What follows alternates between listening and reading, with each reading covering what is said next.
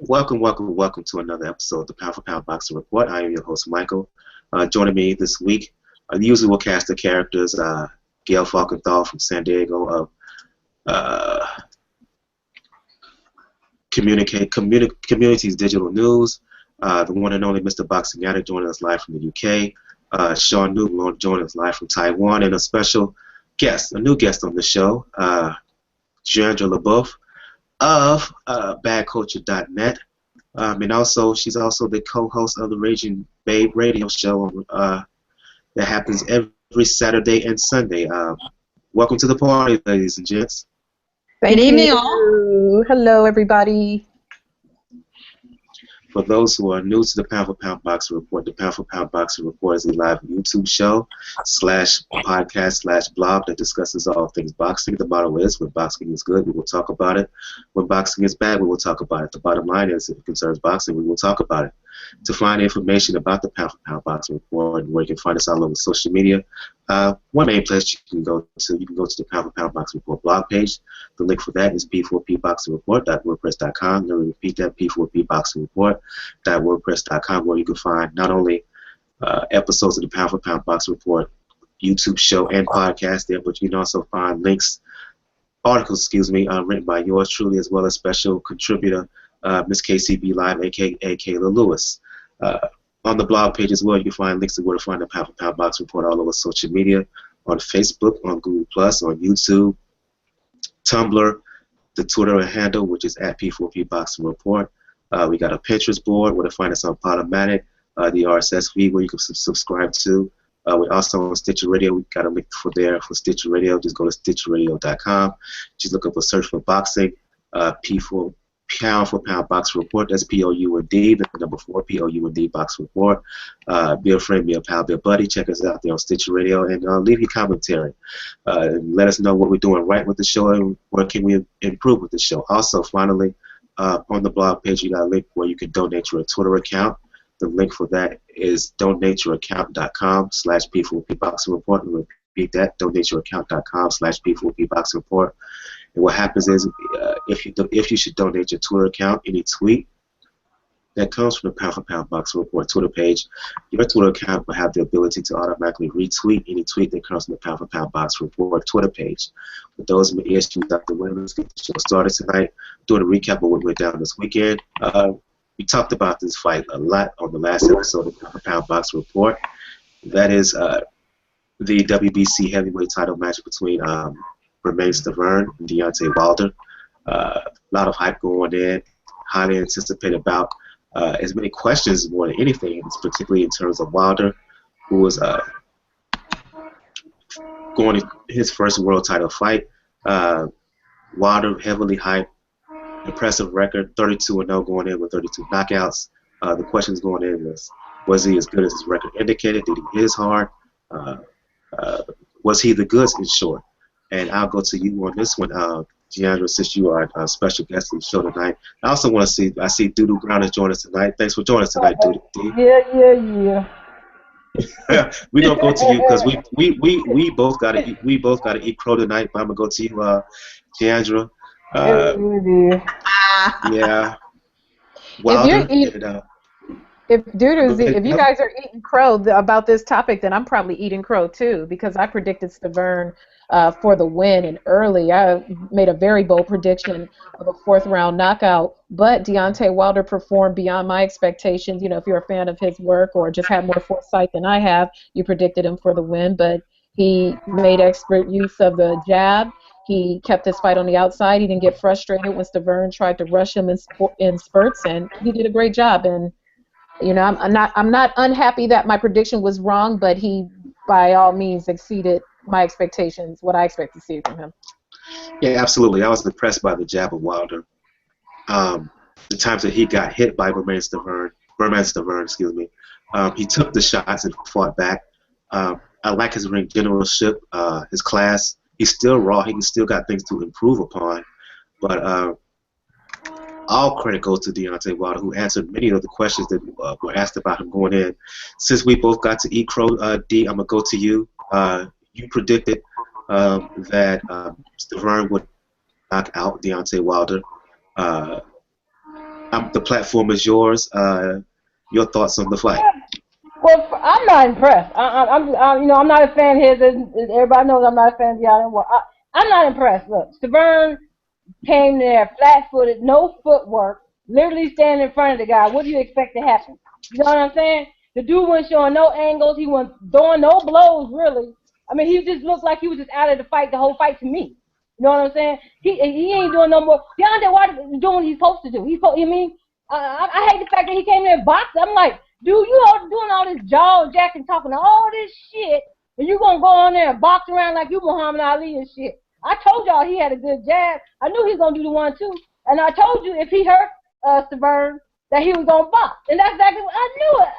I don't like the guy. Yeah, you know what? Stiverne didn't hit him flush, because that one time he hit him when he was on the ropes, that wasn't a flush punch. Deontay was going backwards. He was on his back foot. You understand what I'm saying? If that was a flush shot, he'd have knocked that motherfucker out, man. Real shit. The dude act like he was wobbly and everything. I don't like Deontay Wilder. He got the belt now. You know what I'm saying? So now we really gonna see what the fuck he all about. Real shit. Everybody coming for his head. Now we're gonna see. Yeah, so I'm not putting no praise on this motherfucker. He weak, man. He weak. He ain't got no defense. You know what I'm saying? He weak, man. He's sorry. I don't like it. You don't put into account. I'm gonna ask you a follow up of the news that happened after the fight that Stiverne was suffering. I forgot the name of the condition. That's a big word. What kind of condition? Dehydrated before the bout. Even before the bout, he had to be hospitalized after the bout. You don't put that into account. Yeah, I put that in account. You know, when I watched the fight, I was like, come on, Stiverne. I was going crazy. I'm like, what the fuck is wrong with Stiverne? I knew I kept telling myself he left it all in the gym, and that happens with boxers. They train so hard that they leave the fight in the camp in the gym, and that's exactly. I'm telling you, that's what happened, man. That's what happened, or some Don King fucking bullshit. Either that or some Don King shit. Because Wilder is a paper champion. He ain't shit. And if he tries to go for Fury or Klitschko or anybody fucking else, they're going to knock his little ass out. Real shit. I'm gonna get back to that, but I'm going to go to you on this one, Sean. Your impression, I believe you picked Wilder to win. Your impressions of the fight, and unmute your mic. I thought he was great. I mean, he showed a lot more than people expected, that's for sure. Me, I thought he would stop Stiverne early because I know Stiverne was a slow starter, and that, like she said, he doesn't move a lot. He stands in front. He always has done that. I mean, so I figured that Deontay's power would get to him early. But I was impressed that he showed the legs and the stamina to go 12. He was able to control the ring. He, later on in the fight, I thought he was smart, how he was smothering him against the ropes, sort of taking away his offense. And he used a great jab, which, I mean, you know, people were doubting that he had. But under Breland, let's hope that Breland was teaching him that, because, I mean, that's what he sort of specialized in. So I wasn't surprised that he pulled it out. I just think when he was fighting subpar fighters, he was just looking for the quick knockout, and he didn't use the jab because he was just trying to land the big right hand. It'll be interesting to see him move up against different competitions and different fighters, but I think they should move him a little slowly, you know, build him on NBC and make the next great American champion, as opposed to rushing him up against the two top guys right now. He's calling out Tyson. He's gonna lose that damn belt, man. But I mean, for somebody that had 32 knockouts, he gets into the fight with the biggest fight in his life. He didn't even knock the guy out. You know, he heard him come down. He heavyweight. You know what I'm saying? His power is bullshit. It's garbage. That's a lie. Shit. Fuck that nigga. I don't like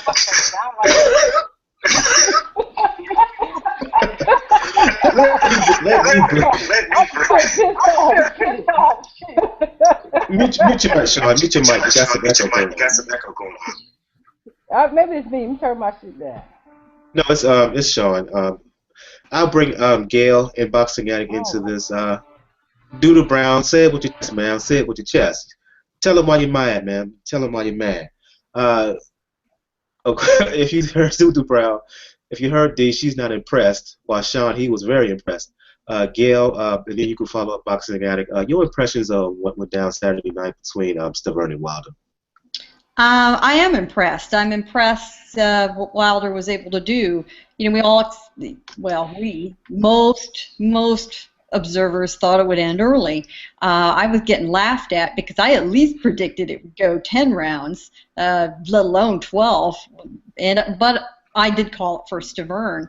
And, you know, it seemed obvious to me within a few rounds something was not quite right with him. He just didn't look right. And turns out, sure enough, he said after the fight, hey, I don't feel like myself. And come to find out, he's got a condition, and yeah, that the medical word is a big whopper, but most people refer to it as ROBO. ROBO is a condition that is pretty rare, but all of a sudden, the last few years, we've seen it a lot in CrossFit competitors. And it's a condition of overtraining where the body starts cannibalizing major internal organs to sustain itself. You know, not a good thing if you're starting to have your liver and kidneys deteriorate, you know, to the point that, he mentioned that he was trying to give a post-fight urine sample and, had a hard time doing it. And when he did, I think it was brown. Brown, black tar or something.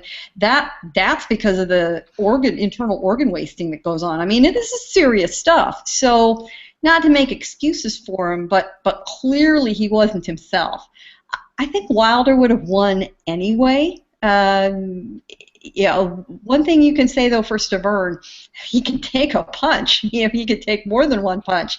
He got nailed over and over, and other than whatever the odd thing was that happened at the end of the second round, he withstood it extremely well. And I'd like to see what he can do in his next fight. That's going to tell me a lot more in retrospect about what happened with this fight over the weekend. As for Wilder, he's nothing but good for American boxing. The heavyweight division is still the marquee division to the casual fan. He's fan-friendly. There's a lot to like about him personally. It'll be interesting to see what kind of fights he gets over the next year. And he made it very clear after the fight. He doesn't want to be an Andre Ward, and sit out for a year. He doesn't want to sit on his butt waiting for fights. He wants to fight 3 or 4 times a year. If nothing else, we should all be applauding that and looking forward to seeing him get in the ring again. Quickly, Attic, your analysis of the fight? Yeah, I'm certainly happy that what America have got a new heavyweight champion. I think it's only good for the sport. But my take on it is, I'm still not a believer. I think Stiverne fought the wrong fight, whether he was weight drained or whatever it was, I don't know. But he wasn't moving his head at all. He was taking shots and he was talking back to him, losing energy. He just went in there and fought the wrong fight.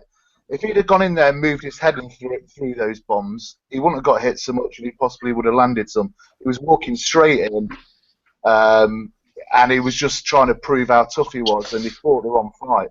So, am I a believer? No, not particularly. I think Wilder will get knocked out very, very soon. But I'm glad you've got a heavyweight champion, guys.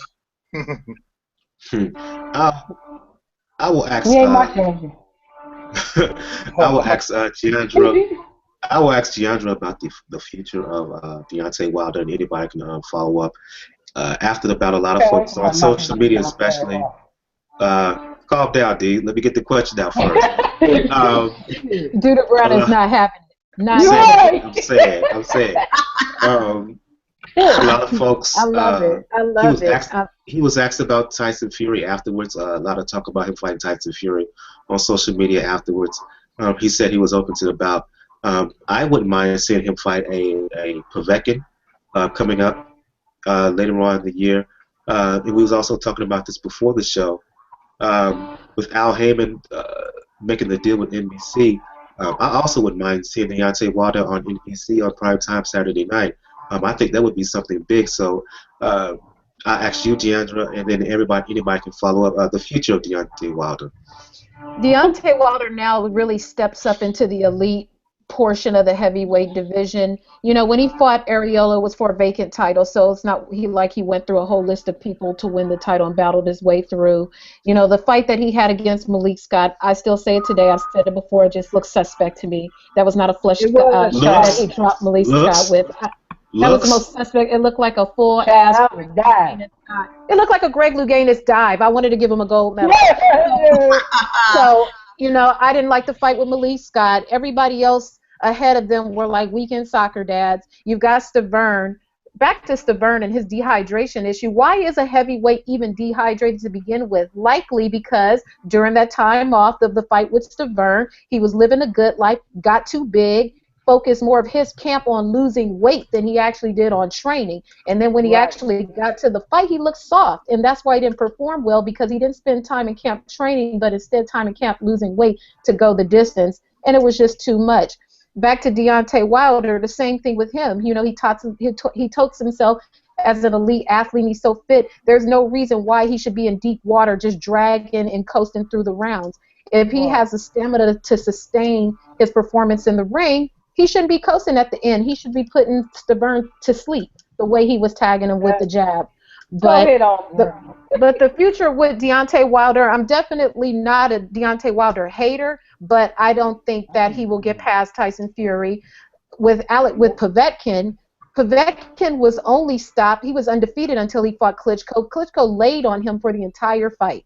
And that massive weight of Klitschko eventually is somebody who's 240, 50, 60 pounds, however much he weighs. That's going to wear you down after a while. Wilder does not have that amount of girth on him, so I think Povetkin could tag him to the body and kill him easily. But a fight with Tyson Fury has a suspect chin. He has a suspect chin, but it's just a matter of who gets off first. And Tyson Fury likes to smother, so I think Tyson Fury beats Deontay Wilder. So, but being that he's a Haymon fighter, don't look for that fight. Maybe the Fury fight, but if he gets past Fury, don't look for a Povetkin fight anytime soon. What about a potential fight with Areola? You mentioned him.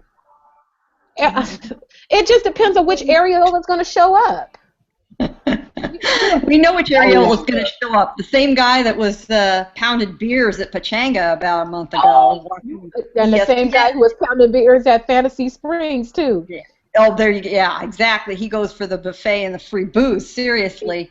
He parties. We've seen that. We've seen that. I mean, I like Chris personally. He's damned entertaining.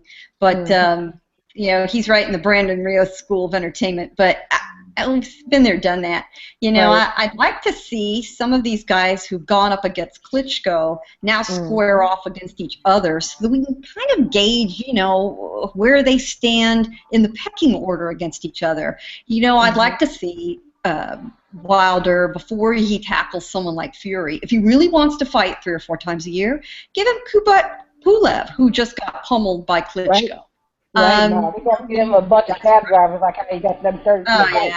But, you know, Pulev's fresh in our minds. You know, we know what he was able to do. Now let's see what Wilder does with him. You know, and that's going to help us shuffle all the chairs around in order. And then you get up. I would like to see him go against Fury before the year's over. I mean, it will be the trash talk extraordinaire occasion of the year, you know, as far as that goes. You know, Fury was already all over him on Twitter last Saturday after the rest of us started talking. I mean, Tyson jumped right in, and he already, you know, called him various things. I think pussy was the most polite, probably. You know, I love that Tyson. So you're going to get out of that. That's not a bad fight, but yeah, to have him test himself against Pulev or oh God, that Povetkin fight was honestly, if there was for the worst fight of the year, that was it. That's a good fight. Amir Mansour, that's a good fight right there. But the problem with that is Al Haymon's not going to do business with Kathy Duva with main event after the way she trolled them relentlessly behind the whole thing with Adonis Stevenson and Kovalev. Let me bring Sean and Boxing Addict into this, fellas. The future for Deontay Wilder. What do you see? Well, I'm hoping that he gets the fight with Fury, because that'll be massive over here. It'll just be huge, and the build-up to that fight will be off the hook. So, whether Wilder can beat Fury, yeah, he probably can. he can knock him out. Fury likes to get hit on his arse every now and again, so. But Fury, I agree. boxer, he's very underrated. So, you know, it'd be a very, very good fight. Like to see that one. David Hay might be back this year as well. I think Hay Wilder would be a great fight. Sean? I don't know if y'all realize, you know, Deontay got a motivator that walks around him, pumping him positive shit in his head all day. What true fighter needs that? Muhammad Ali had it, so that's no new thing. You know, that's crazy. Muhammad Ali had it, so that's no new thing. He had it with Boudini Brown, so that's nothing new. Yeah. Well, that was like a friend. Nah, the other one is different, man. This nigga got somebody else calling. Doodle Brown, you don't want somebody walking around behind you yelling bomb squad all day. You don't want somebody walking around going Doodle Brown. Pumping stuff in his head, like, you know, motivational, you know, stuff. Not like kissing his butt, like, you know, Muhammad Ali type stuff, but like giving him, you know, like quotes and all that, making him feel like he's a king. You know what I'm talking about? Making him feel a whole different type of person. Blowing his shit up like it ain't real. You know what I'm saying? Well, they gotta hype him up though, because but he's not a great fighter. If he starts disbelieving, then they out of a job, so they got to stay on the hype train as long as they can. I guess. I'm telling you, anybody in the top 10, he's gonna lose that belt. He don't have it, man. I don't see it. Personally, I think he beats Fury. That's just my opinion. But Sean, chime in here. The future of Deontay Wilder. I'm hoping that they build him up a bit more, put him on NBC prime time. Let casual fans get a taste of it. You know, there's lots of fights for him in the States. The Fury fight will be huge. Both of them are big talkers. But, I mean, Fury's got some things to do in the UK. Wilder's got some things to do in the States. You can build it up maybe the end of the year or maybe early next year and then have a super fight. Now I think it's too early. I mean, Wilder, before this, people questioned him and people still question him. So if he loses to Fury, people just say, yes, he's overrated, he's shit.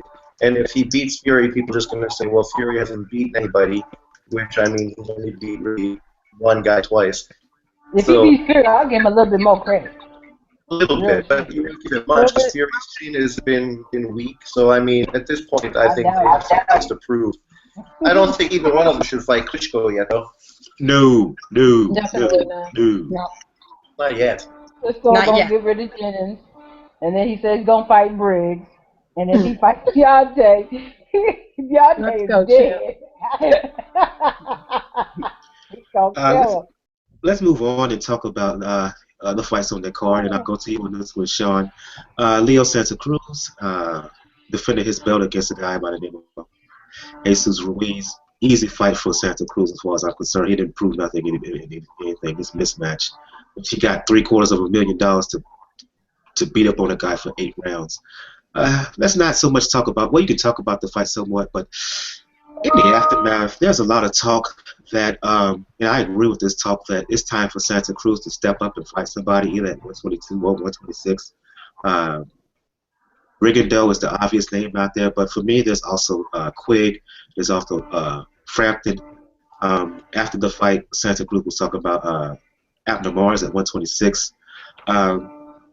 But talk a little bit about the fight itself, but talk about the fact that Santa Cruz in 2015, this year, it's high time that he steps up and fight a big-time guy at 22 or 126. Yeah, he said that best, yeah.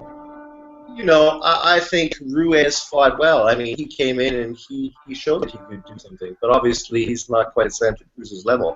But he just couldn't do it for 12 rounds. I mean, you know, Santa Cruz didn't look very motivated in this fight. I thought he sort of looked so-so. I think it'll do him well to step up against, like, a higher-level caliber fighter where he knows he needs to sort of bring his A game.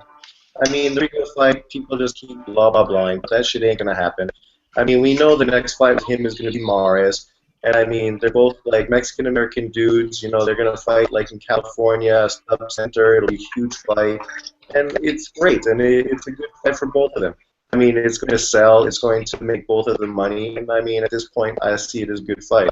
People are still going to cry about Rigo and this and that. But, I mean, some fights just don't happen at certain points. whether it's promotion issues or whatever the issue is, money and everything else. And people like to say that, oh, well, real boxing fans don't talk about money. But real boxing fans realize that money is what everybody wants. I mean, that is what dictates everything. Promoters, I mean, that's what they do. They're there to make money for the fighters themselves. So let's be realistic. I mean, the fight that makes sense now for him is Maris. It's going to happen. It'll be interesting to see what weight, because, I mean, Maris hasn't been so super at 126, and I don't know how Cruz would handle 126, because he's a good fighter. He's exciting. He throws lots of punches, but, I mean, he doesn't have lots of power. So I don't know how it's going to work if he steps up to 126. I'll go to you on this one, Attic. Future Mike, Sean. Go to you on this one, Attic, and then Eugene. Your thoughts on Santa Cruz, the fight itself, and also his future. Who should he fight next? Yeah, well, Ruiz had a good go for the first sort of 5 or 6 rounds. It was quite even back and forth, and then sort of Santa Cruz's strength came through. He's quite sort of broad, isn't he? He's quite solid, and he just comes sort of marauding forward. Would he beat Rigondeaux? I don't know. I think he'll probably stay away from him at the moment. I could see him maybe fighting Quigg first. Quigg has already said, and Eddie Hearn has said, he'll go over to the States and fight him there. And that would be a great fight. That would be a real war, because they both come forward body punchers. Who would come out on top? I don't know. I'd probably slightly favour Santa Cruz, but that'd be a good fight, and it would at least, show that he's doing something. From there, I think Frampton and Rigo are on a different level, to be honest. I think they'd both beat Santa Cruz. But yeah, it's got to have a big fight. But it's going to be interesting, because you've got all those 4 guys, and between them all, they're going to have a nice little round robin this year, hopefully. I'm not sure who will fight who, but there'll be some cracking fights out of those 4. Let me ask you a follow-up question, Attic. Is there any discussion in England, in the UK, about a potential fight with Santa Cruz with either Quigg or Frampton? Yeah, well, I believe last year Eddie Hearn made 2 offers to Santa Cruz, and they were both refused, and that was for Quigg to go over to the States to fight him. So, yeah, there's still talk of it. Quigg is under a lot of pressure in England now, similarly to Santa Cruz, because he's getting a lot of stick for not fighting the best. They're bringing over these Japanese guys and these other guys, and he's sort of taking care of them, but he needs the big fights. They all need the big fights in that division. They need to get it sorted, because there's some big money fights there, especially here in the UK. Frampton Quigg would just be absolutely massive. They'd sell out a stadium, it'd be pay-per-view. But hopefully Santa Cruz or Rigondeaux can get in the mix with that. Giadra, your thoughts about Santa Cruz, how he looked, and as well as his future, because I'm going to say I agree with everybody who's been saying it on social media, on Twitter especially. It's time for this dude to fight someone big. None of these BC level opponents that he can easily look good against. The thing I fear most for Leo Santa Cruz, I think he's a lovely human being. When you talk to him, he's very affable, he's very friendly. The problem with Leo Santa Cruz is the development of his career. What I fear for him is they're going to turn him into Gary Russell Jr. Gary Russell Jr. was this big, bad guy who was always fighting TBDs, guys they found on the street, and the same thing is happening with Leo Santa Cruz. This last guy wasn't even ranked by the WBC. And the WBC usually doesn't have as much controversy as, say, like the WBA, who makes up belts and all the kind of things that the other governing bodies do, but they keep feeding him easy opposition, and it's not developing his fight style any further. There's no reason why he should have gone that long with Ruiz. It's almost like they said, batter him around like a cat with some string and then knock him out, because he clearly had that fight won. And he just kind of let it go on longer so he can look spectacular, because he didn't look spectacular in his last fight, a fight he also should have won easily. With Leo Santa Cruz, of course, his next fight is going to be Abner Mares. We know Al Haymon is keeping his, now that we are seeing the big Illuminati scheme, we know Al Haymon is going to keep his fighters in-house. So if you expect Leo Santa Cruz to fight somebody who's not an Al Haymon fighter, you know, I've got a bridge in Alaska to sell you because it's not going to happen. They'll probably fight at a catch weight. Abner Mares hasn't been spectacular, lost the first round, knockout to Johnny Gonzalez, so he's beltless. So he's obviously going to be the B-side in whatever fight they make. So they're probably going to fight at a catch weight, something that's more beneficial to Leo Santa Cruz, and they will they'll continue it on. Leo Santa Cruz will likely end up on NBC with the other A-side of people in Haymon's stable. And then Abner Mares, if he loses, he goes into the Spike version of the venture. But I don't want to get off topic and go into another topic, but I just feel like Leo Santa Cruz is turning into Gary Russell Jr., and that's too bad. Yeah, absolutely. Actually, I agree with you on that because, yeah, you're right. I got no more to add to that. Gail, D, your thoughts on Santa Cruz? You know, it was like watching a sparring session, which, you know, is fine if that's what you know it is going to be, but it was just damn boring. And that does not serve him well with the average fan to get bored and turn off and then assume the next time that you see him fight, oh, it's going to be another boring fight. It's not good for him in his career. I don't care what the record ends up showing. It doesn't make him a fighter fans want to see. I tell you, I'd love to see him fight. It would make a lot of sense, but yeah, we have the promotional issues involved. If he is going to fight at 122, Nonito Donaire says he's going back down to 122. That'd be an interesting test. There's some cultural fun issues. We've got the Filipino fans, you know, versus the Latino fans there, which would be a lot of fun. We know what Donaire's capability is. It'd be a good test for both of them. You know, I don't know what Donaire's promotional status is. You know, he might end up being, you know, a man without a country because, you know, he has not really done so well the last couple of years. So if he's at loose ends, why not? Yeah, besides, you don't know what Donaire's mental state is. I'm seriously wondering whether his head is really fully in the game, especially after losing to Walters.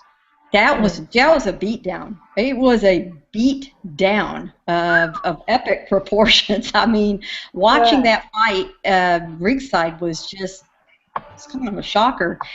So, you know, whether this makes sense from Donaire's end, I'm not entirely sure, but it really makes a lot of sense from Santa Cruz's end as far as a test fight that risks not that much from his end.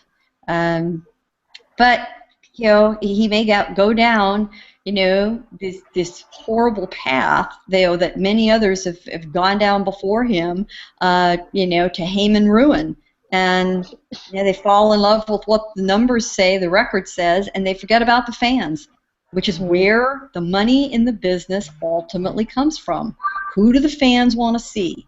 What will they, you know, who will they cough up a pay-per-view fee for? If fans can't buy a pay-per-view every damn month or every couple of weeks, they're going to pay 60, 65, 70, 75 bucks.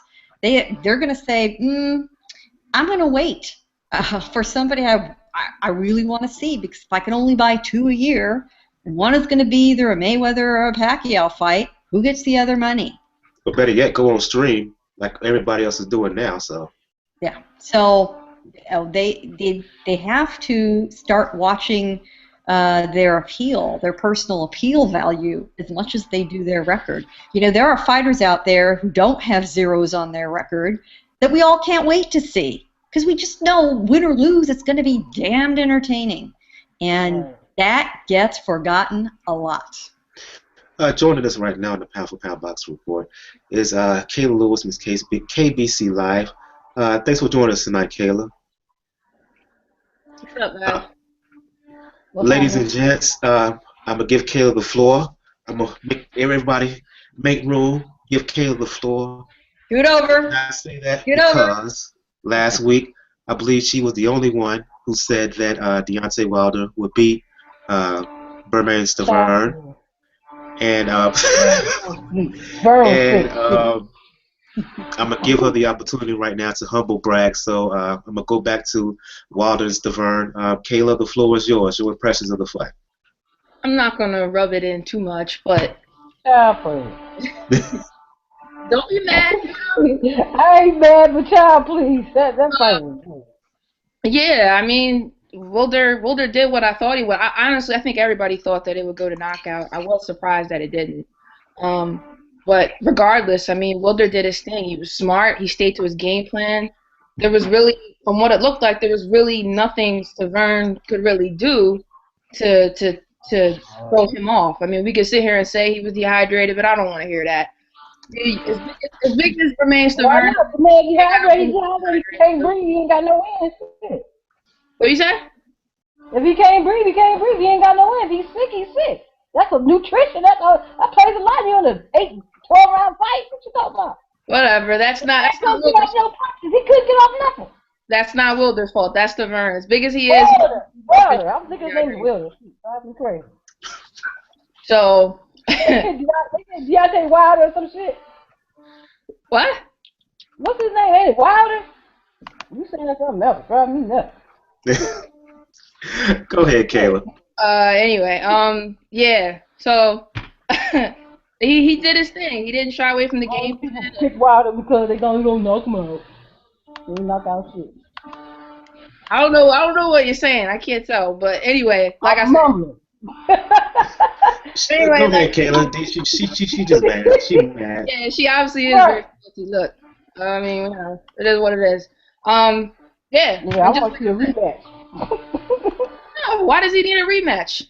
Rematch, because Don King got something to do with it. Rematch. Do we really want to see a rematch? No. I want a rematch. Nope. Yeah, I do, definitely. Stiverne will knock him. Yep. He ain't gonna come in dehydrated this time. He's gonna get give him another chance. Well, you know, in all fairness, if he's really got, if he really is diagnosed with RABO, that is a little more serious disease than being dehydrated. It is definitely a internal organ failure brought on by overtraining, and that's serious stuff. So he needs to get right with his health first. He needs to get right with his health and shake that out, and then figure out what's going on. And it's really no Don King thing, because if it was, Don King was stupid for not signing Wilder. That's first off. Yeah. Yeah. He got like 5 managers, they said. Shit, Don King can't get nowhere near that brother. He can try all he wants. I just want to know if that. I just want to know if that cigar hanging out of King's mouth was Cuban.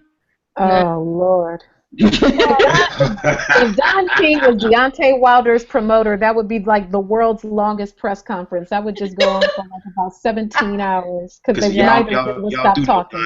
Y'all do know Don King likes to go on like a Southern Baptist preacher doing revival, so yeah, you're right. No, how old is that guy? Like 99? He's about 100. He was 137 years old. Oh, he's old. Yeah, that's one of those. It's one of those names you have come up in like a dead or not trivia contest. Don King, he's dead? I don't know. I've seen it. I am not sure. Only in America. Since you already heated D, did you see the Santa Cruz fight? And if so, your impressions of it? I didn't really watch it because, I mean, how many defenses have this guy? What is it, 4th and 5th defense? How many defenses have he had? Yeah, I wasn't really into it. I was waiting on the Wilder fight. Shit, I was getting pumped up. I almost threw my goddamn computer. I almost threw my computer out the window, Jack. I'm telling you, I was going crazy on this motherfucker. I'm like, throw some punches, man. Get busy. You just standing there taking shots. I'm like, what the fuck are you trying to get brain damage, motherfucker? I was going crazy. We should all get together one day, man. You fight part of dude who be going crazy. Well, if Wilder and Stiverne was the fight of the night, the fight that kind of stole the night, as far as I'm concerned, was Imam fighting his 5th round TKO of Fidel Maldando Jr. Yeah. I'll go to you on this one, Gail. Imam, highly thought of prospect, that 140 pounds tall guy with power and range. Even though he controlled the fight pretty much all the way, he had some shaky moments, particularly in round 3, after knocking Imam Maldonado down for the 2nd time in the fight. Maldonado caught him, cracked him, put him on the seat of his pants. with a left hook, I believe it was. Imam, he got up and eventually knocked Maldonado down again in that third round. Eventually finished him off in round number 5. But the third round particularly was arguably the round of the year so far in 2015. Your impressions of the fight and your thoughts on Imam. Yeah, interesting fight. You know, just what we're talking about. Here we had Santa Cruz with Ruiz. You know, it was a complete snooze. You know, and in theory, a more meaningful fight. But the entertaining fight of the night was the first of the televised 3 fights. 5 rounds, barely 5 rounds. 5 knockdowns, with the last one being a knockout stoppage. Back and forth. You know, wildly good fun. You know, and for a guy early in his career to be put down on his backside is not a bad thing. You test how someone recovers. You test their resilience. You know, it's one of the cliches of boxing. Everybody's got a fight plan until they get hit. And you've got to have somebody on the way up get tested like that and be able to get up, recover, shake it off, move forward, and do what needs to be done. You know, it is just excellent for his career development and fun for us as fans. I'm looking forward to seeing Amir again. I think he did a very nice job. On your show, Jandra, you talked about this fight. On your show with Raging Baby, you talked about this fight, I believe. Your thoughts on Amir Imam, the win, and what did you think of Imam as a prospect? I think he looks great. I mean, he's got everything that's right for network TV, explosive, powerful. You know, it's almost a little endearing. We like to see our fighters stay upright, but, you know, there's something about a guy who can get knocked down and battle back and still make the fight exciting and then just phone it in. You know, 1 knockdown, 2 knockdown. How many knockdowns? Take a shot every time there's a knockdown during this fight. And Imam battled back. He kept Maldonado at bay, and he did what he needed to do. The left hook is lethal. Anybody who's watching him fight needs to steer away from the left hook of Imam because he's throwing his entire body into it. So I was impressed. I'm anxious to see him again. I like his fight style. Yeah. I'm sorry, I'm laughing at something on the chat here. Sean, in the private chat. Kenny, don't get mad at me. I'm just an emotional being. I'll go to you. Yeah, me and Sean will have our own chat. We'll have our own chat, Sean. Don't worry about it. Hey. You boys are feeling outnumbered. I get it. No. I'm going to Sean next in the private chat here. You mentioned you see a little bit of Tommy Hearns in Imam. Your analysis of what went down against Maldonado and your impressions of Amir Imam. He's already talking about he wants to fight for a world title this year. I would hold off on that if I was his handlers. But anyway, your thoughts on Imam as a prospect? He's dynamite, man. You know, tall, powerful. I mean, even when he got knocked down, he got caught with a flush left hand, and he was up like at the count of 2. Boom, he popped up fast. So I don't think he was hurt. I just think he caught him straight, and he was off balance. I mean, Maldonado is not top 10, but I mean, he's a top-level contender. You know, a strong guy who came in with a strong determination because he knew winning this fight would push him to bigger things. And Imam, you know, he showed what he needed to do. I mean, he's skilled, he's got power, like one-punch power. I would like to see him step up to fight a top 10 level guy at 140. And then, I mean, sometime this year, I think he'll be ready for a title shot. I mean, who would he fight? Who's got the titles now? Garcia, we know, is not fighting at 140 anymore. Peterson, him against Peterson, I think he would knock Peterson out in 3 rounds. Whoa. Peterson always gets hurt early. You don't want to get hurt early against him. He said Lamont Peterson? Mm-hmm. Yeah. I don't believe it. You gotta see it. Since you feel left out, Mr. Boxing Addict, your thoughts on Amir Imam's win over Maldonado if he was able to see it? Yeah, I did see it. I thought he was absolutely fantastic. He's the real deal, that guy. He is Hearns-like. I think Sean's right. But Maldonado was tough as hell, wasn't he? He kept coming back. There must have been about 20 knockdowns in that fight.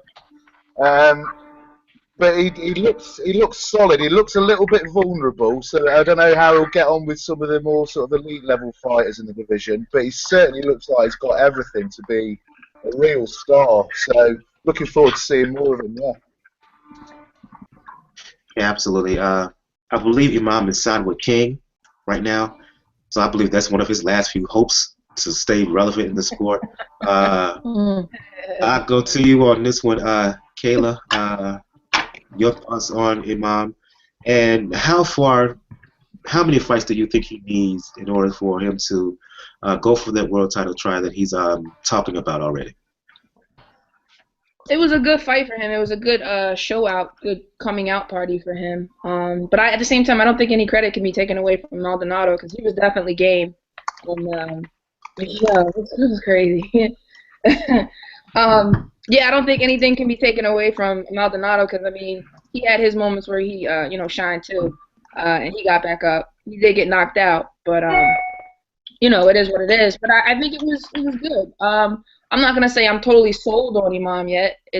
For me personally, it takes a little bit more than one good outing to convince me that guy needs a title shot. So I'd like to see him against maybe a Lamont Peterson should he get past Danny Garcia. Maybe, but if he gets past Danny, he'll have the title. So I don't know. Maybe there's somebody else. Actually, that fight is not going to be for a title. That fight with Garcia is going to be over the weight. So. Yeah. Okay. Well, then that would be even better. Even should Lamont lose, unless he gets knocked out, I would still probably put him against Imam. That wouldn't be too bad. Yeah, absolutely. Let's get into the news portion of the show, and we're going to be going over. I got it set for an hour. I can already tell right now we're going to go over that. So we're just going to keep it moving until a lot of news this week outside the ring. Negotiations between Miguel Cotto and Canelo Alvarez broken down. The saga that is Mayweather and Pacquiao, and that fight getting made, which is these mofos are getting on my damn nerves. Chavez Jr. saying he's returning to the ring in April. Bob Arum was trying to block that, and also deal with Al Haymon, this television series with Spike. I'll go to you on this one, Gail, and talk about the Al Haymon television series that news broke today. Give us some insight in terms of what Al Haymon is trying to do with this television series. Well, I think Haymon realizes that he's got enough talent. He's got to spread it around. He's trying to. He's got a lot of fighters in his stable, but NBC isn't going to want them all. NBC Universal controls a whole lot of space on the cable systems of America. Mm-hmm. And the more programming he can produce for NBC Universal, the better. But he can't put everybody on NBC, the network. That stuff's got to be good fights, or he's going to ruin it for everybody. And even on NBCSN, they have very solid programming. Believe it or not, their Premier League soccer from England is doing great in the ratings in the United States for that network. They carry NHL hockey. They carry a lot of other stuff that they're, going to be a little picky about what they move aside to get boxing.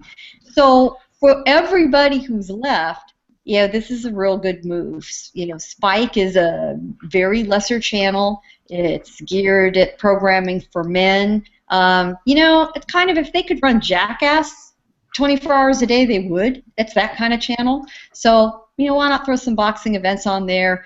Keep his lower tier fighters busy.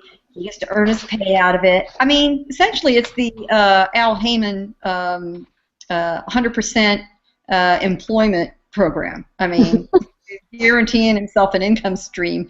The more of these guys can, put on all of NBC's channels. Just, come on. Everything Al Haymon does is about Al Haymon. If you start with that premise, you're always going to be right. We were talking about this. Yeah, you're right. We were talking about this before the show, Giandra. Some insight of what have you been hearing about this series, and the first fight card. Do you know who it is? The first fight card will feature Sean Porter is fighting against I just had it up here earlier. Sean Porter's fighting on the card. Andre Berto is going to be fighting against they're bringing out all their guys against Josecito Lopez, the Riverside Rocky, and I can't remember who Sean Porter is going to be fighting again. But at any rate, it seems like Spike TV is going to be, like Gail mentioned, the second tier of fights, the B side within the A side. You know, the guys who are coming off of a loss or a non-spectacular performance. And it's almost like, it seems like that this is the creation of an impromptu, reminds me of March Madness, when in college basketball you get the top of the tiers fighting on CBS or they're playing on daytime TV, and then you get all the other schools that are not so prominent in the media, they play on like USA or another network. And it seems like you've got to fight your way off of Spike TV to get onto NBC. And both of the shows will be called the same thing, but it's kind of like Showtime and the other Showtime that they show, Showbox, the new generation. So you'll have all your other Haymonites, you know, fighting on Spike TV, and then you get your upper tier guys fighting on NBC. But like Gail so eloquently said, you can't put every fight on NBC because you have to think about it. NBC not only has the sports they do the Olympics, they do everything. So you can expect mass promotion of their programming during all of these events. So they're not going to take a chance to put in Josecito Lopez on there against someone he's expected to beat, and he just fold up and fall like, say, Amir Khan did in fights he was supposed to win, or, you know, a guy like that. So Spike TV is the developmental league for the NBC Sports main telecast. I'll go to you on this one, Kayla. While y'all talking soccer in the private chat, I don't think I didn't notice. Premier League. And talk about, and then you can follow up, Sean, and talk about the negotiations apparently breaking down for a bout between Miguel Cotto and Canelo Alvarez. Your thoughts on it, and Sean, when you jump in, I know you scour the internet all over the place. What have you been hearing in terms of why things broke down? I would say, you know, it's really corny to me, honestly, because it's like Cotto, you know, the only reasonable fight for him to take at this juncture as the champion at, you know, 160 would be Canelo. That would be the most plausible fight. But, you know, it seems like he's gunning for a second Mayweather fight, which right now it seems like that's going to happen because I don't see Pacquiao Mayweather happening. And honestly, if it doesn't happen at this point, I don't ever want to hear about it again. But, you know, I'm not surprised. Cotto he's kind of got a beat at his own drum, too. Especially, you know, since he left, you know, Top Rank. He does what he wants, and right now he refuses to face Golovkin, you know, and that would be a good fight for him at 160, and he doesn't want to face Canelo either. I think Canelo would actually beat him, but you know, he wants to cash out because he's just about in his glory days. You know, so I'm not surprised. But, you know, Canelo Kirkland isn't too bad either. If I had to pick for a second fight, you know, the second option, I wouldn't say that's a bad choice. Kirkland, we haven't really heard from him in a bit, but he's always game, and it should be a good fight. It's not what we wanted, but it works. Sean, your thoughts on Canelo and Cotto breaking down, the negotiations breaking down? It's a shame because, like Canelo said, you know, I mean, when has a Puerto Rican avoided fighting a Mexican or vice versa? I mean, you know, obviously May 2nd, maybe that was the sticking point. We know Canelo wants that date. He wants to take it from Floyd. And it would have been great if they signed it because that would have forced Floyd to fight Manny because then he would have nowhere to go. And then, you know, I mean, I think Cotto, who sort of thinks he's the A side, even though he hasn't really beat a top-level fighter in like 6 years, he wants to fight in New York in June, I mean, for Puerto Rican Day. So I probably think that's probably the main sticking point. As far as money and everything else, I think he was getting the most of it and was going to do well. I don't think Floyd is going to fight Cotto, but we will see. Well, we mentioned Floyd and Cotto, and I think all this is kind of connected in a sense. Caleb mentioned Mayweather and Pacquiao, and I'll go to you on this one. Giandra, you can follow up boxing at it. The saga continues. It was announced that Pacquiao and Arum had basically agreed to all conditions of a fight, 60-40 split and whatnot. But the fight hasn't been made. Mayweather did a interview with Shade 45, basically saying that what Arum and others are saying in the media, it's not true. Alex Ariza basically said the same thing, and which I don't understand. Why are you letting Alex Ariza speak up for you when you could have said that yourself? Talk about this saga, which is, like I said before, it's just really getting on my nerves between, as far as the ongoing negotiations between this fight. And do you see it happening? Because whether it does or it doesn't, really at this point, I'm starting not to care. Oh, I'm sorry, you were talking about Mayweather or Pacquiao. I've had enough. I just don't think it's going to happen. You know, there's so many variables. You know, Pacquiao says that he agreed to all of Floyd's terms. Who did they meet with? You know, what are the terms? Do you know, have the terms been specified?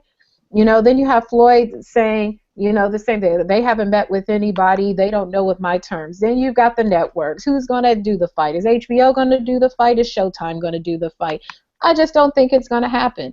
I think that, you know, I don't know. Maybe this is just me in my whole conspiracy theory. I think that I've always felt like Floyd and Miguel Cotto had a very mutual respect for each other from the first time they fought. You know, you didn't see Floyd all crazy with the usual pre-fight antics that he has with Miguel Cotto. Miguel Cotto is a boss. That is, aside from Floyd, the highest pay-per-view draw.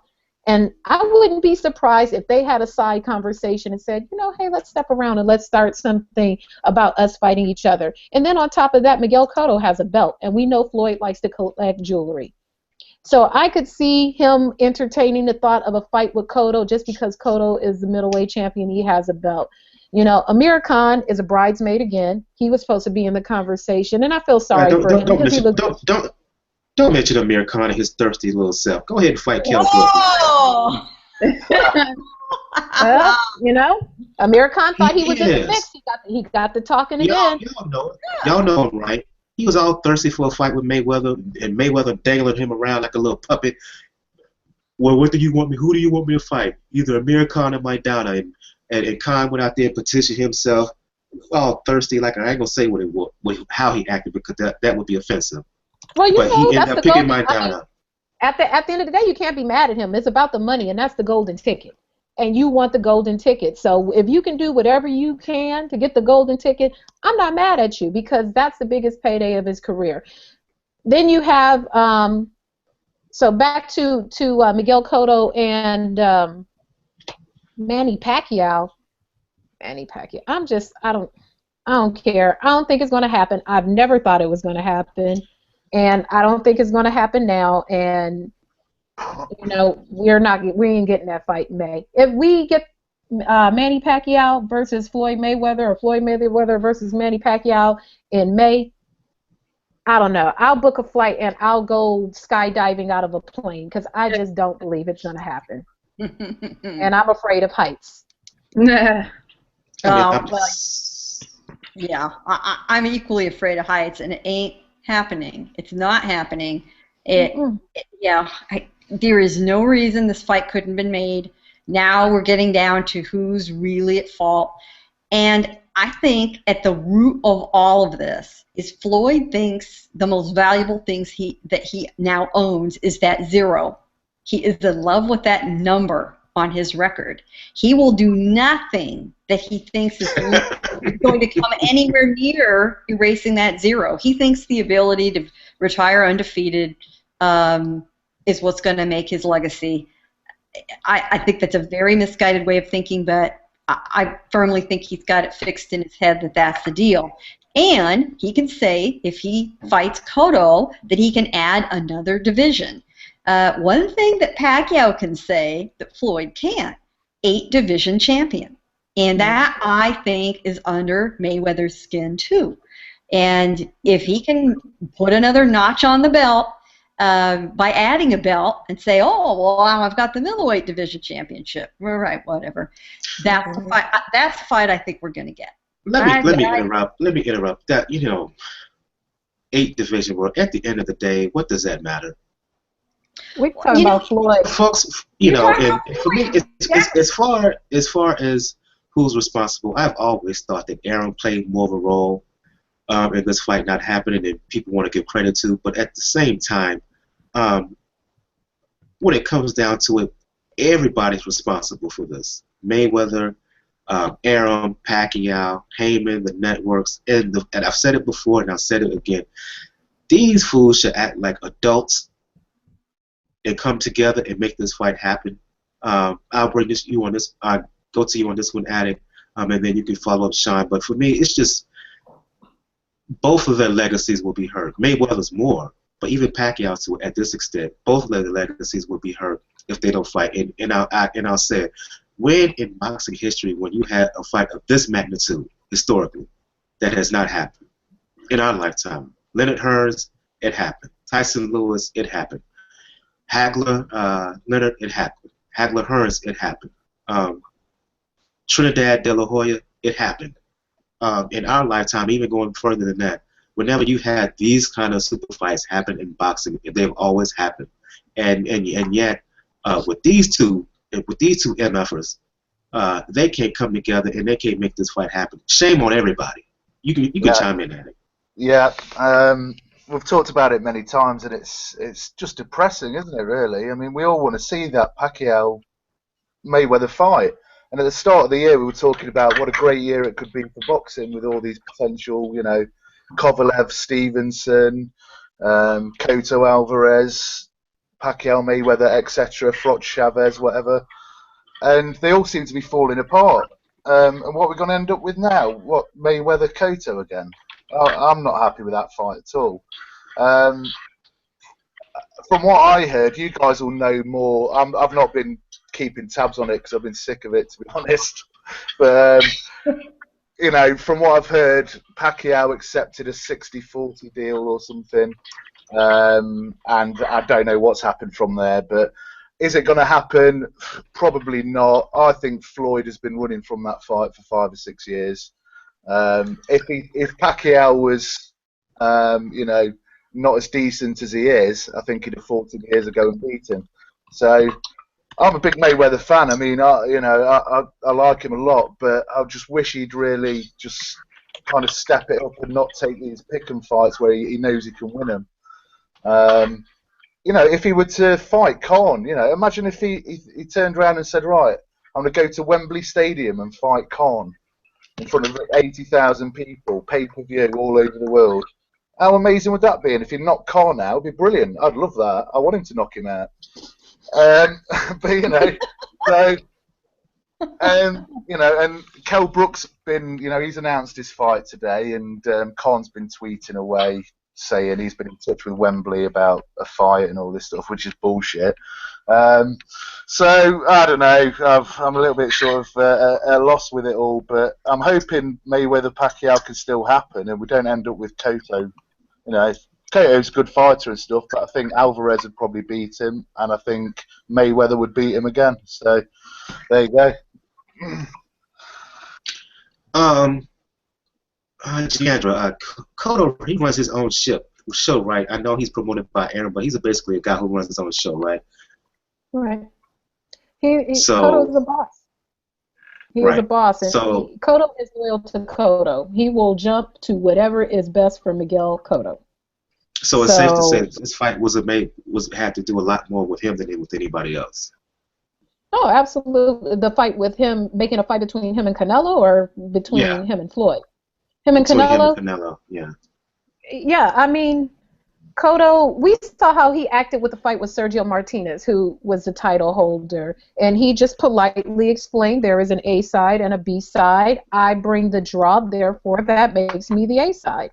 And it probably was the same thing with Canelo. Canelo is very popular in Mexico, but Cotto, with his legacy and who he's fought and his resume, he's more globally recognized. And so he can dictate the terms of a fight with Canelo Alvarez, despite the repaired relationship with Oscar De La Hoya and Bob Arum. Miguel Cotto is going to do what's best for him. He's in the autumn of his career. Why go out on his shield against a young, hungry lion like Canelo when, if you're going to go out, you might as well go out to Floyd, who's Floyd Mayweather, and make the biggest payday on the way out the door. Why risk that with Canelo Alvarez? Cotto's going to do for Cotto. and that's about it. Yeah, it's just something that's all together. I wouldn't be surprised if Cotto and Mayweather were to fight again May or June. It would be an announcement, and no one for Cotto it would be great, but for everybody else, we wouldn't like it. We wouldn't like it at all. Any final words before we do a preview of what's coming up this weekend? I'd just like to say, I think Giandra's right there, because it's a similar situation to kind of Froch fighting Chavez in the autumn of his career. Does he take a Golovkin fight and risk everything, or does he fight Chavez? So it's a similar kind of situation, I think. I forgot to chime in. I forgot to get you on this one, Sean. Your thoughts on all this? I think it will happen. I think it's just marketing. After the Super Bowl ban, we'll find out that it's going to happen. I mean, Floyd can fight Cotto and make $60 million, and fine, it will still do big pay-per-view, even though everyone will fucking hate it and be resentful and pissed off. But people are stupid; they will pay for it. You can stream. You don't need to pay. Go watch Canelo. Fuck himself. But nonetheless, he will do well. People will pay for it.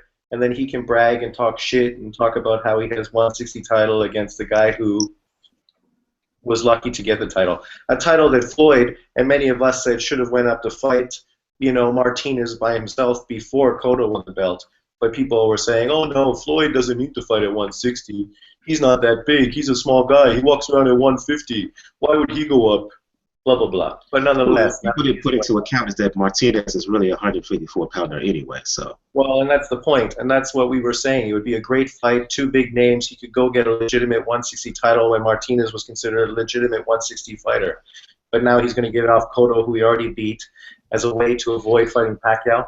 I don't buy it. I don't think it's going to happen. He can do it, but I think it's terrible if he does, and I just can't see him being so stupid. But it's Floyd, so... He's gonna fight Anthony Mundine. No, I'm just kidding. That's what they're saying.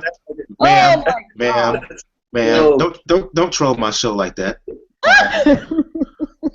The man, Anthony Mundine. Yeah, live from Australia. Oh. Yeah, I read that report how Mundine was going to meet with Mayweather when Mayweather gets down to Australia. Don't troll my show like that. I got my issues with Mundine. Mundine losing fights to Clotty.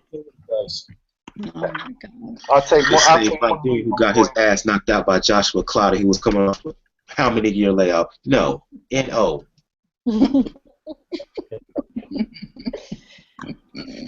Let's move on because I don't want to hear Anthony Mundine's name on my show again. He's never been nobody. He always talks more than he fights. So no. Is back. Cash for Clunkers is back. Cash for Clunkers is back, and now you can. What in the heck? Oh. Yeah, Mundine's a clunker, all right. Yeah, that was pretty appropriate right there. He was a clunker. Yeah. Mayweather Mundine, 2015. Yeah. No. That is a mutable offense, Giandra. That is a mutable offense. Let's move on and talk about the what's happening this weekend. Third fight between Brandon Rios and Mike Alvarado is going to be taking place Saturday in Broomfield, Colorado.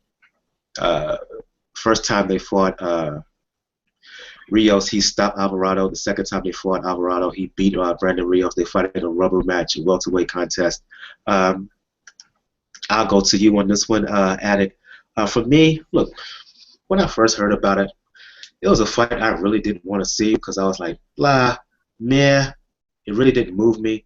But now thinking about it, at this point, who else do these guys have to fight other than each other if they want to make some significant payday? They want to get some any kind of coverage, any kind of hype. So I'm starting to warm up to it. Your thoughts on the trilogy? I'm looking forward to this fight actually. I'm hoping Alvarado can beat him because I can't stand Rios, to be honest. I don't like his attitude at all. I know some people like it, but yeah, I can't stand him. It's going to be a war again, isn't it? And I think Alvarado might get the better of him this time. I think he's been in a lot of wars, Rios, and Well, they both have looking at it, but yeah, I'm looking forward to it. I ain't got much more to say about that one, but it should be a good fight. Sean, your thoughts on this trilogy? I'm not surprised. I was hoping this would happen, and people were before talking about it didn't make sense, but I mean, why not? Great fights happen. You get Gotti and Ward, two guys that were not top-level fighters, but they put on a trilogy that had 3 great fights, lots of drama, built their names, gave them good paydays. I mean, Alvarado, he needs it. He's going to jail, so he needs the money for his family. And for Rio, I mean, he's a colorful character that works hard. I mean, he's limited, but he's got heart. He's always fought tough and well. So, these guys deserve a fight with each other. Whoever wins, I mean, he gets to go against Ruslan or somebody else, so there's another big payday waiting for them. The other guy, Alvarado, he can go to jail, and, that'll be the end.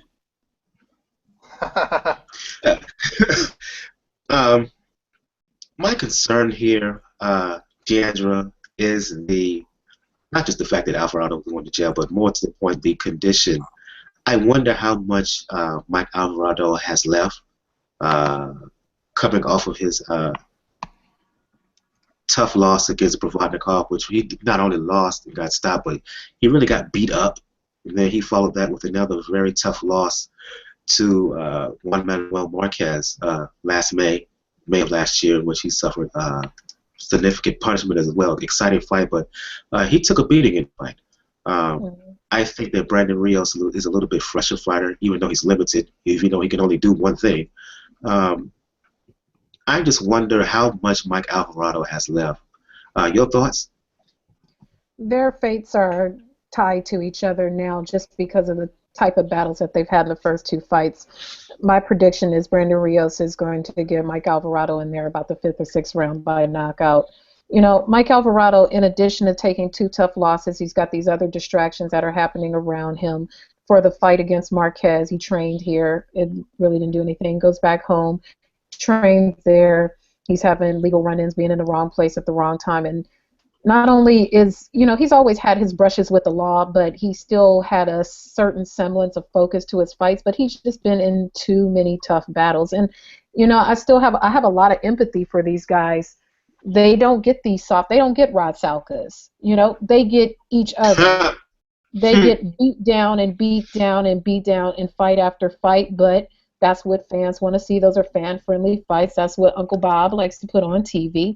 And, I have the utmost respect for Mike Alvarado, but I think this is going to be his last go-around, and he's going to go out on a shield. Kayla and Gail, your thoughts on this bout? Yeah. I think the key to the fight is going to be the same key to both of the previous fights. If Rios can lure Alvarado into a brawl, Rios will have the upper hand. If Alvarado can stay disciplined and box Rios more than he brawls with him, he'll have the upper hand.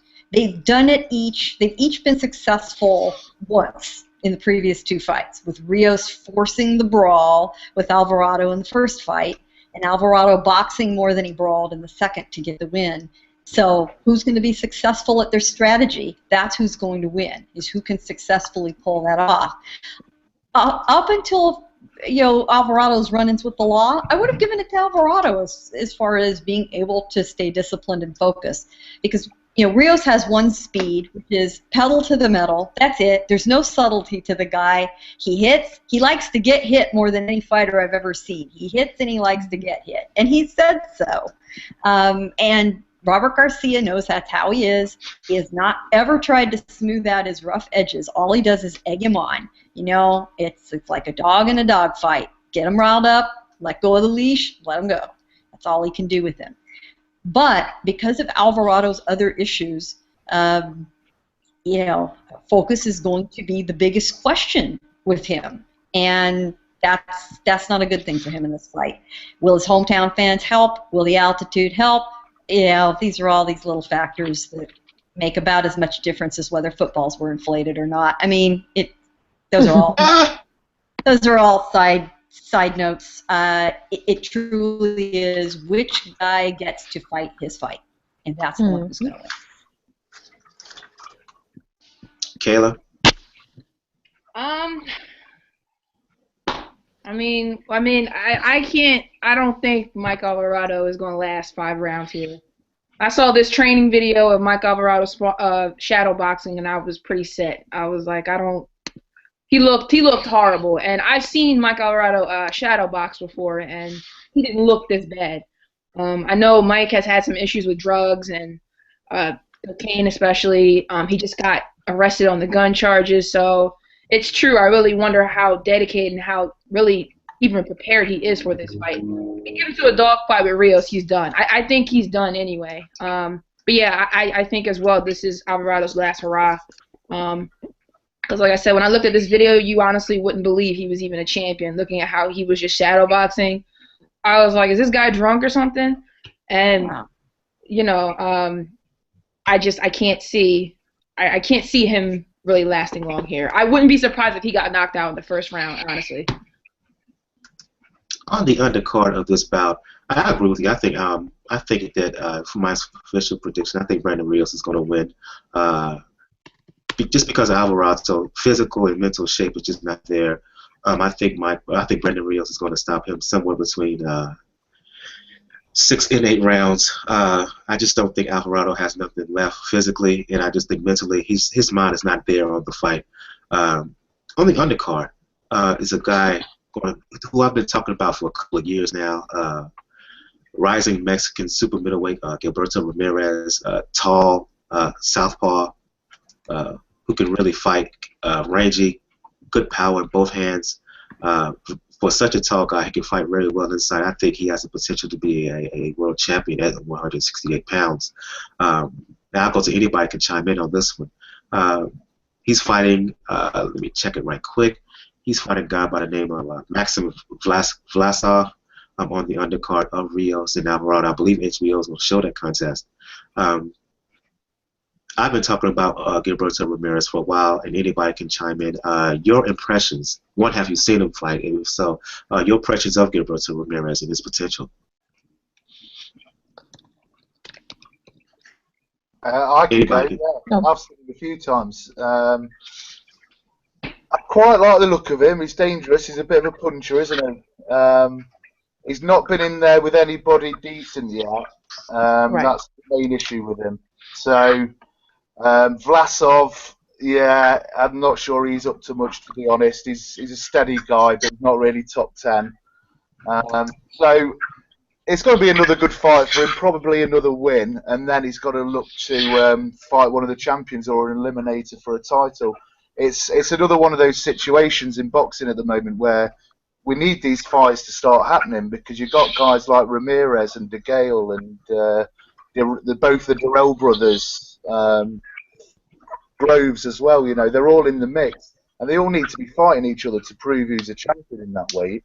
You know, Froch is injured at the moment. Ward's still out. I know he's coming back, but we need to see, because the super middleweight division's always, well, certainly for the last 5 years, has been a great division, and you know, we need to see those fights happening now. So Ramirez looks decent, and I think he'll probably win that fight. Looking at Vlasov, we've seen him once or twice before as well.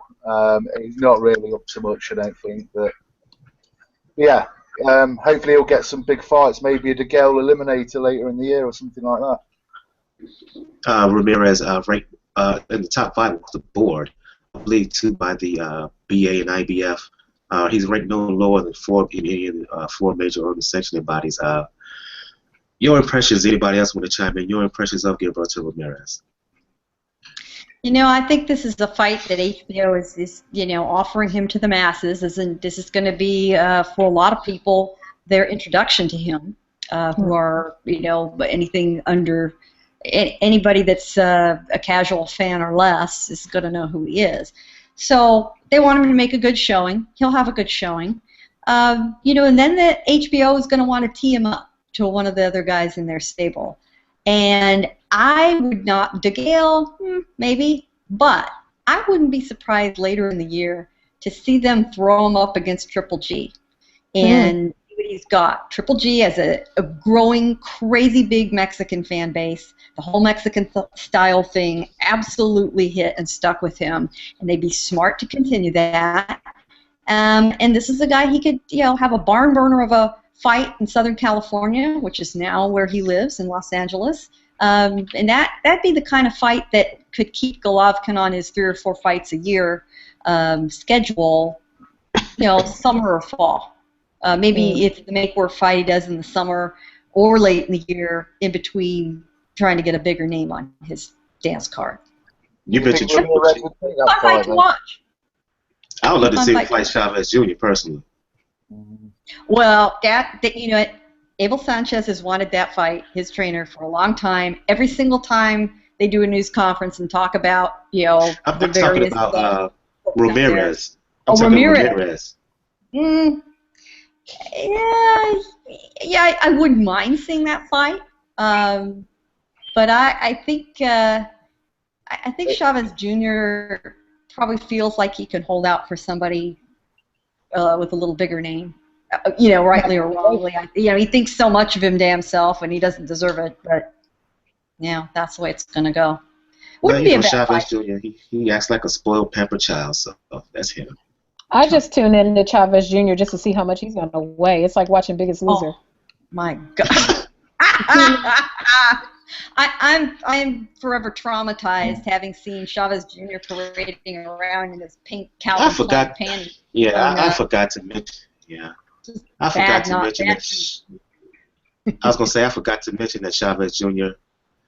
announcement that he's going to fight Funfara in April. Quickly, Bob Arum is trying to block the fight. Quickly, anybody can chime in. Any thoughts on that? Bob Arum is still mad with Chavez Jr. That's why the talks fell apart with the fight against Golovkin, because he wanted him to sign a contract extension. He didn't sign a contract extension. We got no Triple G fight. Yep. Now here's the opportunity for another fight. Bob is probably like, well, you can do it. You just got to sign a contract extension, and he doesn't want to do it. And then now he's got Al Haymon in his ear. I mean, he's fighting Funfara now. Yeah, he's supposed to fight Funfara. He announced that he's going to fight Funfara, but Uncle Bob the next day said, no, he's not. We'll take him to court if he thinks he's going to fight Funfara. So, and we know Bob Arum and Al Haymon don't do each other. So this is going to be really, really interesting to watch and see who wins. Well, the other thing that would be very interesting to see is if Daddy decides to intervene, because Chavez word still carries enormous weight with everybody. Now, the only reason Freddie Roach stuck with Chavez Jr. as long as it was is because Daddy intervened. So, there's going to be a lot of very strong personalities involved in this fight. But Daddy's promoter was Don King. Maybe he needs to go over with Don King. Well, that sounds ridiculous, but that makes a hell of a lot of sense. Who else has King got? He could take on Mr. Spoiled Rotten. That's a name that I'd love to have in his stable. And Chavez Jr. can get all the attention he wants and all the pampering he wants from Don King. Great. King will still let him train in his living room. Exactly. That's right. Yeah, that's right. Waking up at 5 p.m. after smoking weed. All right, let me roll this blunt. Right. Roll the couch back. I want a shadow box in the living room. Roll the couch back. Yeah, but he had to finish his Fruit Loops or whatever he was eating first. That's just cereal for breakfast at 6 p.m. Ridiculous shit. Doesn't care. Yeah, he has so insulted his father's name. Don't even get me started on this guy. I don't care who he fights as long as whoever it is flattens him to within an inch of his life. The bottom line is Julio Cesar Chavez Jr. He acts like a self-entitled dude. He acts like a dude who's full of self-entitlement and privilege, really. Privilege. He is. He grew up in that legacy. When you grow up a legacy child, you think that you're supposed to get everything and anything, and he's just a spoiled brat, and he just rides Daddy's coattails. And I've never been a fan of his or a believer. He had that one good fight against Andy Lee, and other than that, that was a good fight. Right, he won a fight. Come on, now he fought Brian Vera. Lost the first fight against Brian Vera. Okay, he won the second fight against Brian Vera, but dang, he came in weighing about 232 pounds. Exactly. So, Yeah. come on. It's insane. I mean, the guy should be a cruiserweight. I mean, Right.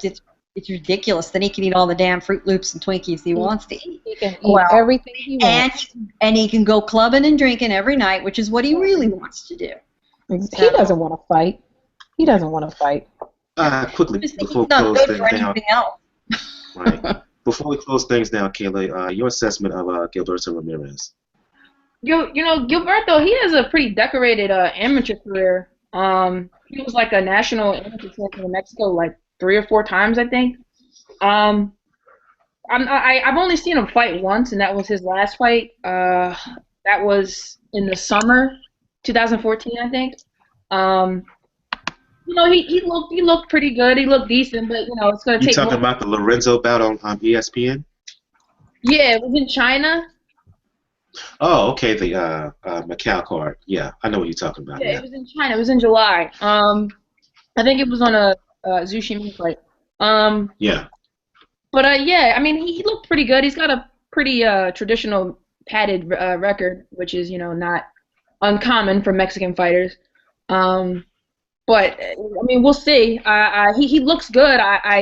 I think he has promise, but I'm not sold on a undefeated 29 win record at this point. I don't think anybody should be. So I'll stay interested for the moment. We'll see. I think we're going to start closing the show down on that note. I'm not sure if we're going to have a show next week. So with that being said, I want to go to you on this one. Add it quickly. On the 31st, at the end of the month, Kevin Mitchell is going to be fighting Daniel Estrada in Eliminator, WBC Eliminator. Mitchell has talked about fighting Jorge Linares, newly crowned WBC champion at 135. He would say he would stop him. Your thoughts on Kevin Mitchell and this Eliminator against Estrada? Yeah, Mitchell's he's probably the best lightweight we've got in Britain at the moment. He's always been decent, but he's had loads of problems outside the ring. He's a bit of a drinker and a bit of a smoker. He's a bit of a Chavez, really. So he's been calling out Linares. He's about ready for a title fight now. So I think Eddie Hearn's going to offer Linares a lot of money to come over and fight at West Ham's stadium. It should be a big fight and should be decent. Will Mitchell win? He's got the skill to win. He's the better boxer, but Linares is a tough guy. And I'd probably have to favour Linares in that one. Yeah, be a very good fight. Can I just say I'm really gutted about the Chavez-Froch fight as well, because I've looked into the hotels, the flights, I was on my way. So yeah, gutted about that. But there you go. Hopefully it will happen. For those who do not know, Carl Froch had to pull out of his fight with Chavez Jr. due to an injury.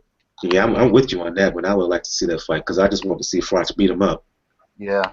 Well, we can only hope. However, Eddie Hearn said that they hope to reschedule potentially in the summer, which would be great. But if they can't make that fight, he was rattling off plenty of other names. I'm not surprised to know that he rattled off Golovkin's name. He rattled off Bernard Hopkins' name. Wasn't thrilled to hear him say Mikkel Kessler, but Froch seems to have an attitude of, well, if I can make the right fight, I'll do it. If not, I don't really need another fight to seal my career. And I hope he's not done. I really hope he's not done. One more great fight out of him. Give him permission to retire. He just wants Vegas, doesn't he? I think so. I don't think it really matters who he's fighting, as long as it's dual pay-per-view. I've got a feeling that he may end up fighting Golovkin, If Golovkin beats Murray... I'd like that fight a lot. That's a good fight for both of them for a million good reasons. Yeah, that's building up over here as well. People want him to fight Golovkin, so... well, that's a good fight for Golovkin to do a big fight in Vegas, for Froch to do a big fight in Vegas. That's neutral ground, really, for both of them at this point. And, that'd be a hell of a good fight. Yeah. I'd love to see that fight. That would be absolute war.